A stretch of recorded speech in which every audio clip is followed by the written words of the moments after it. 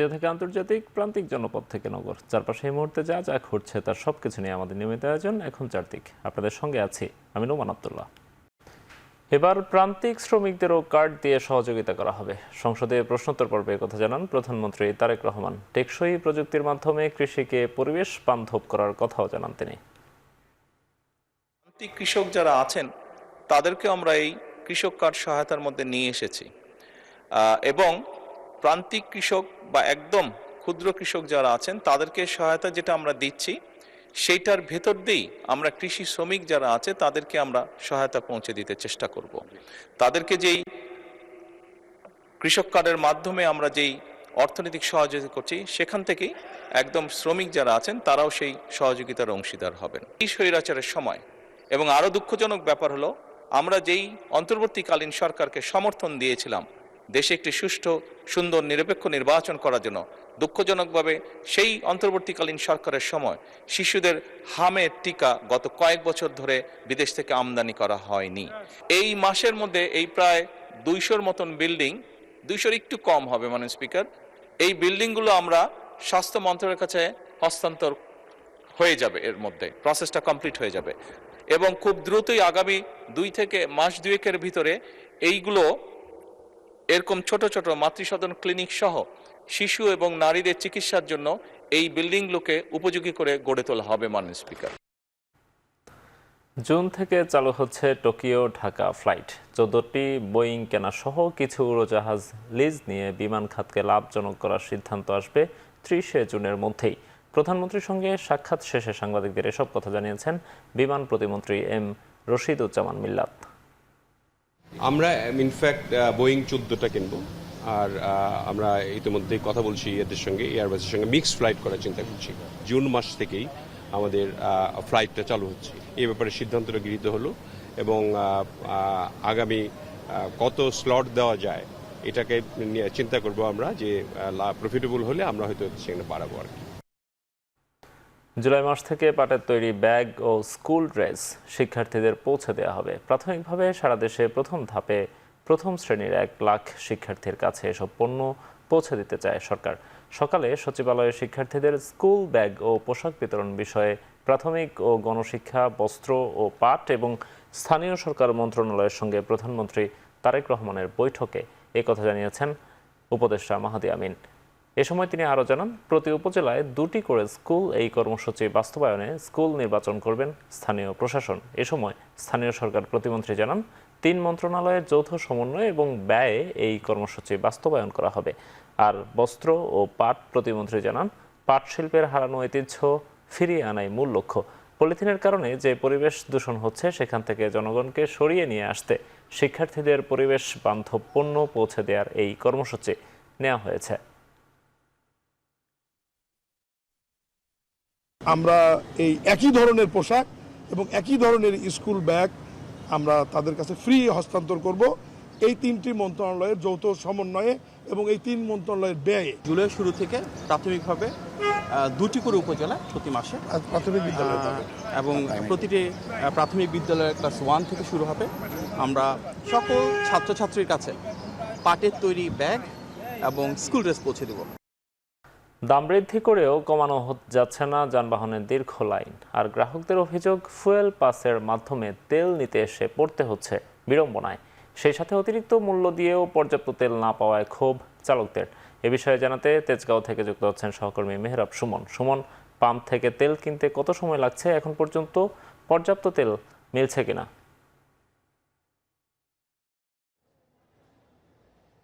এখানে যে তেল নেওয়ার যে যুদ্ধ সেটি চলমান রয়েছে কয়েকদিন ধরেই। তবে যারা 5 থেকে 7 ঘন্টা ধৈর্যের পরীক্ষা দেওয়ার পর এই কাঙ্ক্ষিত স্থানে যারা আসতে পারছেন তারা এখন ফুয়েল পাসের মাধ্যমে তেল নিতে পারছেন। তবে এই তেজগাঁওয়ের যে সাউদার্ন পাম্পটি আছে সেখানে 5টি ধাপে তারা যে জ্বালানি তেল সেটি দেওয়ার চেষ্টা করছে। এখানে 5টি বুথ রয়েছে জ্বালানি তেল নেওয়ার জন্য। তার এখানে অন্যান্য জায়গায় আমরা যেটা দেখেছি তার থেকে একটু বিড়ম্বনা কম, কারণ এখানে ট্রাকের জন্য আর একটা লাইন, এখানে মিনি বাস, প্রাইভেট কারের জন্য আলাদা লাইন এবং মোটর সাইকেলে যারা জ্বালানি নিতে আসছেন তাদের জন্য আলাদা লাইন করায় এখানে দীর্ঘ যে যানজট সেটি পড়ছে না। তবে যারা মোটর সাইকেলে জ্বালানি নিতে আসছেন তাদের লাইনটা অতি দীর্ঘ বলে আমাদের এখানকার যারা গ্রাহক আছে তারা জানিয়েছে। আর এখানে ঢাকাতে যে 7টি স্থানে ফুয়েল পাসের মাধ্যমে জ্বালানি দেওয়া হচ্ছে তার মধ্যে হচ্ছে সাউদার্ন ফিলিং স্টেশন একটি।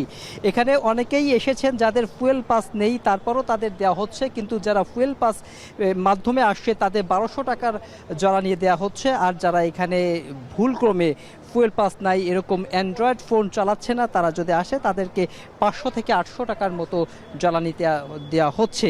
এই যে একটা যে তারা একটি বলার চেষ্টা করছে, অভিযোগ করছে যে জ্বালানি তেলের দাম বৃদ্ধির পরেও কেন এই যে দীর্ঘ সারি যানবাহনের যে দীর্ঘ লাইন সেটি কয়েক কিলোমিটার চলে যাচ্ছে, তাহলে দাম বাড়ানোর যে কারণ সে কারণটা তারা খুঁজে পাচ্ছে না। তারা বলার চেষ্টা করছে যে দাম বাড়িয়ে যদি লাইনের যে তেলের যে সরবরাহ সেটি যদি পাওয়া না যায় এবং ডিপো থেকে যে চাহিদা সে চাহিদা তুলনায় যদি এই তেল না পাওয়া যায় তাহলে কেন দাম বাড়ানো হলো, এই অভিযোগটি তারা বারবার করার চেষ্টা করছে।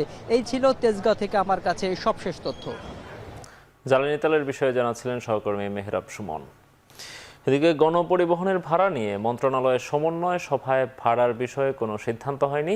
আগামীকাল সিদ্ধান্ত হবে বলে জানিয়েছেন সড়ক ও পরিবহন ও সেতু মন্ত্রী শেখ রবিউল আলম। এর আগে সরকারিভাবে সিদ্ধান্ত না দেওয়া পর্যন্ত বাস ভাড়া বৃদ্ধি না করার নির্দেশনা দিয়েছেন সড়ক পরিবহন মালিক সমিতির মহাসচিব মোহাম্মদ সাইফুল আলম। বিবৃতিতে বলা হয়, সরকার কর্তৃক বাস ভাড়া বৃদ্ধির সিদ্ধান্ত না দেওয়া পর্যন্ত বর্তমান ভাড়ার চেয়ে বেশি না নেওয়ার জন্য নির্দেশ দেওয়া হলো। সেই সঙ্গে ডিজেলের মূল্য লিটার প্রতি 15 টাকা বৃদ্ধি এবং ডলারের মূল্য বৃদ্ধির কারণে গাড়ির মেইনটেন্যান্স খরচের বিষয়টি বিবেচনায় নিয়ে দ্রুত ভাড়া সমন্বয়ের জন্য সরকারের প্রতি বিশেষ আহ্বান ও দাবি জানিয়েছেন সাইফুল আলম।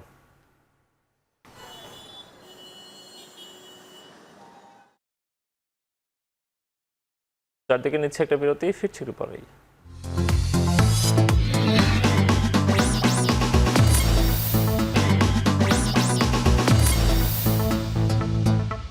বিরতির পর ফিরে এলাম, আপনারা দেখছেন এখন চারদিক। হাম ও উপসর্গ নিয়ে আরও 5 শিশুর মৃত্যু হয়েছে বলে জানিয়েছে স্বাস্থ্য অধিদপ্তর। পাশাপাশি নতুন করে 129 জন শিশু হাম আক্রান্ত হয়েছে। আর উপসর্গ নিয়ে হাসপাতালে ভর্তি হয়েছে 1229 জন। গত 15ই মার্চ থেকে এখন পর্যন্ত 228 জন শিশুর মৃত্যু হয়েছে। এদের মধ্যে হামে আক্রান্ত হয়ে 38 ও উপসর্গ নিয়ে 190 জন শিশু মারা গেছেন। এদিকে রাজধানীর হাসপাতালগুলো ঘুরে দেখা যায়, হাম ও অন্যান্য শারীরিক জটিলতা নিয়ে হাসপাতালে আসছেন অভিভাবকরা। কোনো কোনো শিশুর শারীরিক অবস্থার উন্নতি ঘটলেও কারো কারো অবস্থা জটিল। এদিকে হাসপাতালে আসা অনেক শিশুকেই আগে দেওয়া হয়নি হামের টিকা। অভিভাবকরা জানান, প্রকোপ এত জটিল হতে পারে ভাবেননি তারা। পাশাপাশি গুরুত্ব না দেওয়ার কথাও স্বীকার করেন তারা।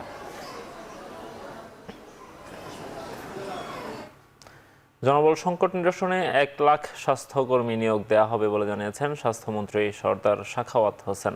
রাজধানীর শাহবাগে বাংলাদেশ মেডিকেল বিশ্ববিদ্যালয়ে চীনের কুনমিং মেডিকেলের সাথে এক সমঝোতা স্মারক অনুষ্ঠান শেষে কথা বলেন তিনি। মন্ত্রী বলেন, চিকিৎসকদের নিরাপত্তায় উপজেলা পর্যায়ে 10 জন করে আনসার সদস্য নিয়োগ দেওয়া হবে। আমরা ভ্যাকসিন কালেক্ট করে already we have started vaccination all over the country. On the line আছে পর্যাপ্ত পরিমাণ। এর পরবর্তী 6 মাস পর্যন্ত ইনশাল্লাহ আমরা ভ্যাকসিন দিয়ে যেতে পারবো।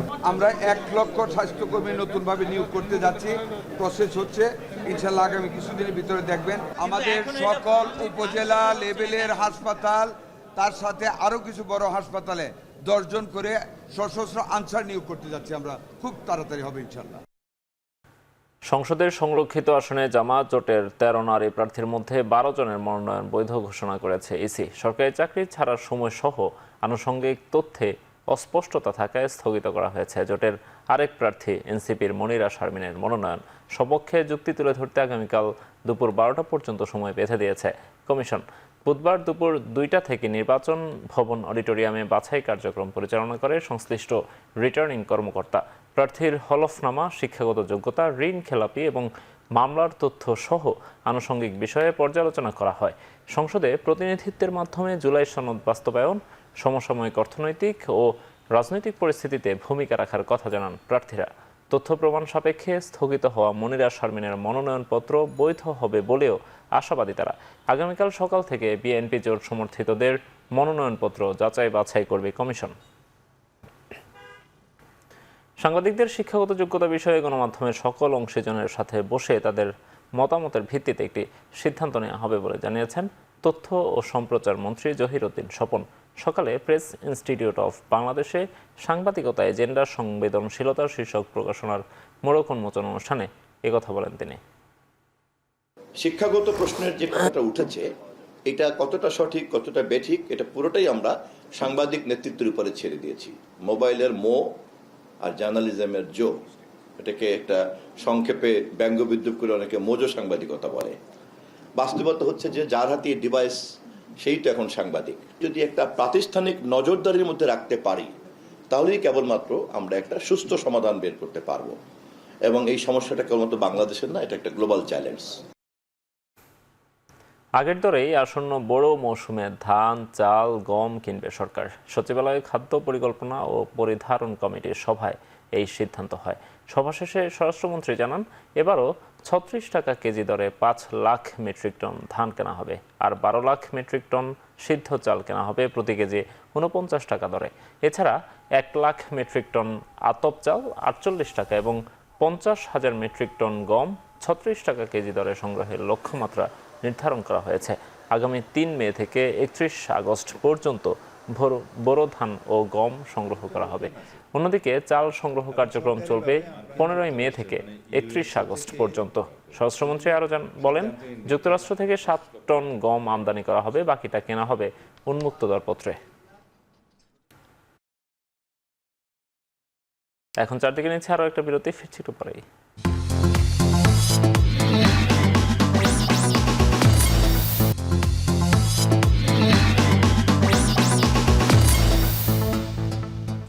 বিরতির পর ফিরে এলাম আরও একবার। আপনারা দেখছেন এখন চারদিক। নওগাঁর নিয়ামতপুরে একই পরিবারের ৪ জন খুনের ঘটনায় হেফাজতে নেওয়া ৫ জনের মধ্যে ৩ জনকে গ্রেপ্তার দেখানো হয়েছে। এ হত্যাকাণ্ডে নিহত গৃহবধূ পপির বাবা মোয়াজ্জেম হোসেন বাদী হয়ে থানায় মামলা করেন। পুলিশ হেফাজতে নেওয়া ব্যক্তিরা হলেন নিহত হাবিবুর রহমানের বাবা, 2 বোন, ভাগ্নে ও ভগ্নিপতি। পুলিশ জানায়, জিজ্ঞাসাবাদে বেশ কিছু তথ্য পাওয়া গেছে। রাতেই একটি হাসুয়া উদ্ধার করা হয়। এছাড়া একটি পুকুরে সেচ দিয়ে শুকানোর জন্য শ্যালো মেশিন ওই এলাকায় নিয়ে যাওয়া হয়। ওই পুকুরে ধারালো কোনো অস্ত্র থাকতে পারে বলে সন্দেহ করা হচ্ছে। এবার দেশের বাইরের খবর। যুক্তরাষ্ট্র নৌ অবরোধ তুলে নিলেই ওয়াশিংটনের সঙ্গে আলোচনায় বসবে তেহরান। ট্রাম্পের যুদ্ধবিরতির মেয়াদ বাড়ানোর প্রতিক্রিয়ায় এই মন্তব্য করেন জাতিসংঘে নিযুক্ত ইরানের রাষ্ট্রদূত। এদিকে ট্রাম্পের দাবি, ইরানকে চুক্তিতে বাধ্য করতে হরমুজ বন্ধ করে রেখেছে ওয়াশিংটন। এদিকে হরমুজ প্রণালীতে 2টি জাহাজ জব্দ করেছে ইরান। এক বিবৃতিতে এই তথ্য জানিয়েছে IRGC। তারা জানায়, জাহাজ 2টিকে জব্দ করে ইরানের উপকূলে পাঠিয়ে দেওয়া হয়েছে। AMSC ফ্রান্সিসকা এবং ইপামিনোটেসে নামের এই জাহাজ দুটি তাদের ট্র্যাকিং সিস্টেমে কারসাজি করে সামুদ্রিক বিধিমালা লঙ্ঘন করেছে বলে অভিযোগ IRGCর। অন্যদিকে UKMTO বলছে, ওমানের কাছে একটি কন্টেইনার জাহাজে গুলি ছুড়েছে IRGC। এবার খেলার খবর। 3 ম্যাচ সিরিজের তৃতীয় এবং শেষ ওয়ানডেতে কাল চট্টগ্রামে নিউজিল্যান্ডের বিপক্ষে মাঠে নামবে বাংলাদেশ। সিরিজ নির্ধারণী এই ম্যাচের আগে নিজেদের ঝালিয়ে নিতে অনুশীলন করেছে দল। সকাল 10টায় অনুশীলন শুরু করে বাংলাদেশ দল। কিছুক্ষণ ওয়ার্ম আপ করে মূল প্রস্তুতি শুরু করেন মিরাজরা। ব্যাট হাতে নিজেদের ঝালিয়ে নেন তানজিদ হাসান তামিম, সাইফ হাসান, নাজমুল হোসেন শান্তরা। পরে নেটে বোলিংয়ে শন টেইটের সামনে পরীক্ষা দেন নাহিদ রানা, তাসকিন আহমেদ, তানজিম হাসান, সাকিবরা। দুপুর 2টায় নিজেদের প্রস্তুতি সারতে মাঠে নামে নিউজিল্যান্ড ক্রিকেট দল। 8ম সাফ নারী ফুটবল চ্যাম্পিয়নশিপে এই গ্রুপে পড়েছে বাংলাদেশ।